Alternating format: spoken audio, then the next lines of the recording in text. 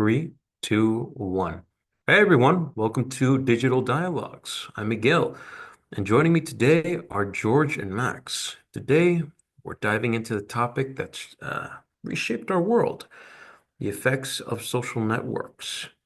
From connecting loved ones to fueling global movements, social media's impact is undeniable. But is it all sunshines and rainbows? Let's unpack this. George, what do you think? Hello, Mike. Hello, Max. Yes, Miguel. TikTok and Instagram and many apps, as you think, they are more than apps. They are included right now in our culture.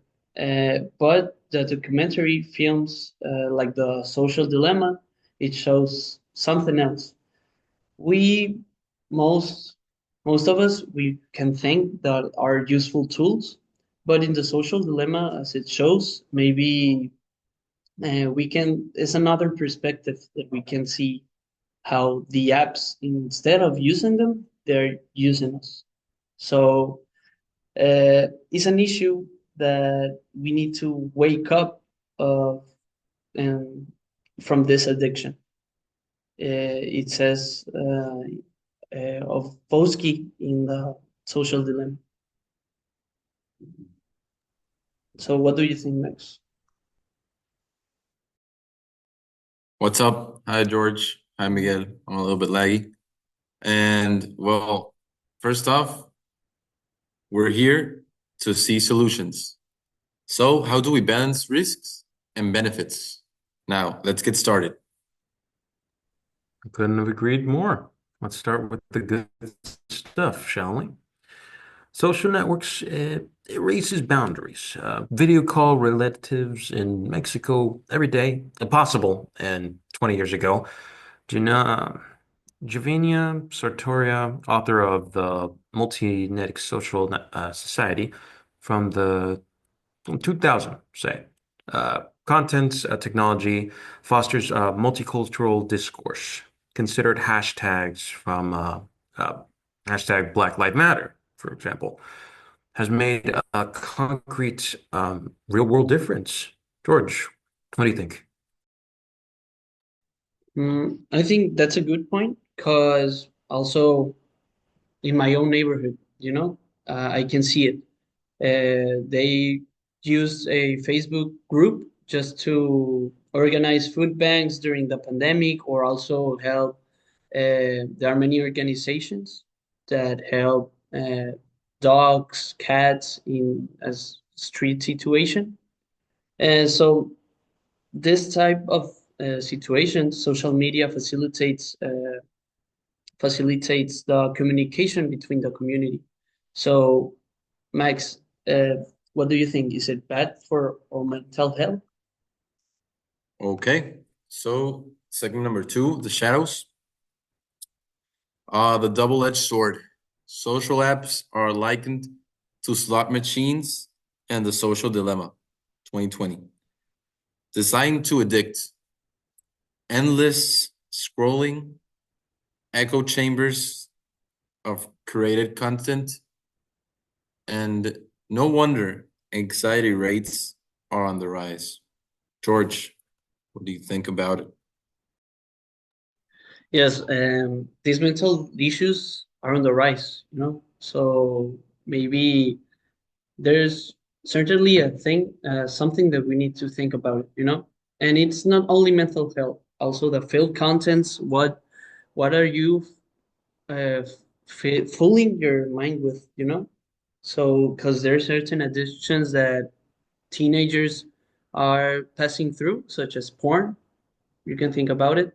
Porn is more accessible nowadays than 20 years uh, 20 years earlier. So, I think that also a lot of more fake news that are uh, consumed every day, daily. So, what misinformation is a huge factor, right? Hmm. Well, based on what we've seen on the well, First, we saw the Netflix show, and then we saw the video. And essentially, the social dilemma is dangerously wrong. Firstly, I tend to agree with it. It accuses the documentary of oversimplification, and frankly, I just agree with that very notion. It's not all completely wrong, but it's not all correct. Do we hold technology solely to blame?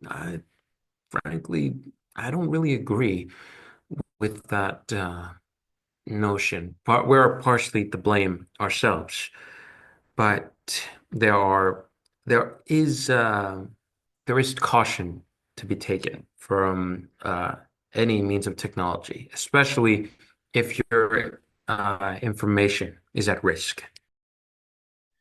Okay, so I think there's certainly ups and downs and the fake news, the porn, and everything. And well, I think that we can assume since we were born with the internet, but when we were younger, it was definitely harder to obtain that kind of stuff. Maybe nowadays it's easier and it's concerning. So, do we hold technology solely to blame? Fair point. Ulrich Beck's Risk Society in 1992, its book, argues that threats of contemporary life, like climate change or data privacy, are systematic. Fixing social media cannot be merely a matter of uninstalling apps. Policy and digital competency are required. Yeah. What do you think, what do you think, George? Mm, so, there's a problem right here, but what can be the solution? A regulation from the government? Like, I just noticed that the European Union Digital Services implemented a certain rule for, especially in Spain, that TikTok could only be used at most for 4 hours.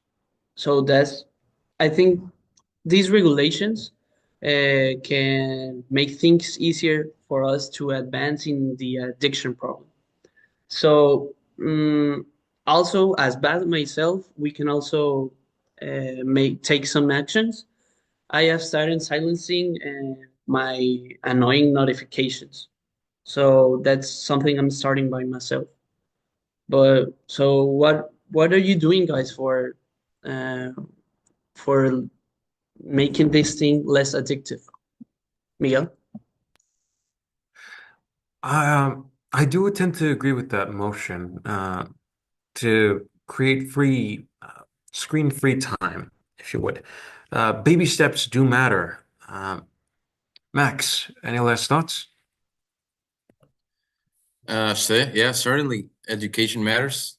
Schools need to learn critical thinking, like spotting fake news.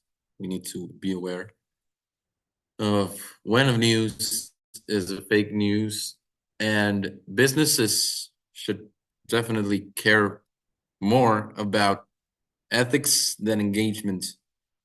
Beck's reflexive modernization thing comes to mind. Society must learn how to deal with its self-inflicted threats. Okay. Time for personal notes. George, how has social media affected you? Mm, well, it has affected me a lot, and especially in the nights where I am trying to sleep to get some sleep. I just use my phone as everyone else I think it does. I use it a lot, and it's just passing time. The hours have passed, and maybe I lost 3 hours of sleep. And that's if you put it in one day, maybe, well, and nothing happens at all. But if there's a routine, there's an habit, and continuously happens, I think it could be bad for everyone, especially me, because in my everydays, I don't have too much time for sleeping and resting. Those times for rest, it can it causes that I can be concentrated in school. It also that I'm more sleepy in classes at my work. So I don't know. For you, Max, what can happen? What has caused you this addiction? Okay, well, certainly. I think that the scroll in the bed with Instagram, um, it certainly does give you like, well, at least your eyes and your mind are open or working, so it doesn't let you sleep the way you have to. And well, I got drawn to online climate change forums. It's overwhelming but energizing. Moderation is the key, just to everything, certainly. Okay. Well, guess that's all I got on that topic. Thank you both. Thank you all for watching. Consider social media habits. How will you make a difference? Check the description for resources and tips. Don't forget to like and subscribe, and stay curious. All right.